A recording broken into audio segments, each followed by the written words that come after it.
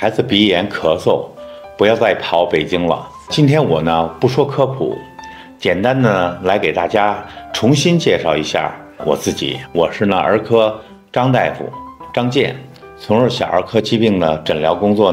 长达40年。加入这个平台是为了分享一些自己的治疗经验，为家长们解答一下这个育儿方面的健康科普知识。比如孩子过敏性鼻炎、鼻窦炎、咳嗽、变异性的咳嗽、哮喘、腺样体肥大等等常见的这些问题，我会把一些实用的预防性的方法分享给大家。多学习一些儿科方面的专业知识咱们家长平时带孩子